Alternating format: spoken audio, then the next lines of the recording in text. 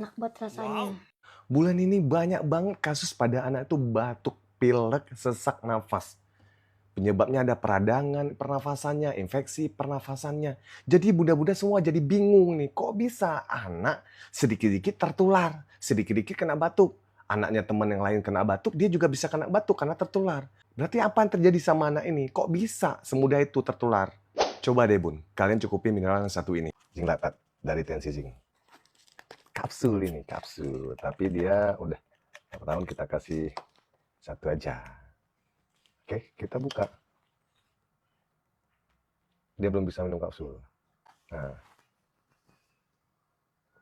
enak.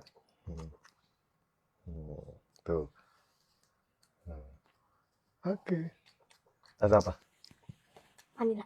Karena dia memang berfungsi untuk memblokir virus, bakteri yang bakal menyerang sistem pernafasan. Mencegah juga terjadinya peradangan. Dan dia juga membantu hormon pertumbuhan supaya tumbuhnya maksimal. Dan mempercepat penyembuhan luka. Saya yakin kalian belum pernah berikan Tensi Zinc atau zinc lactate ini untuk anak kalian.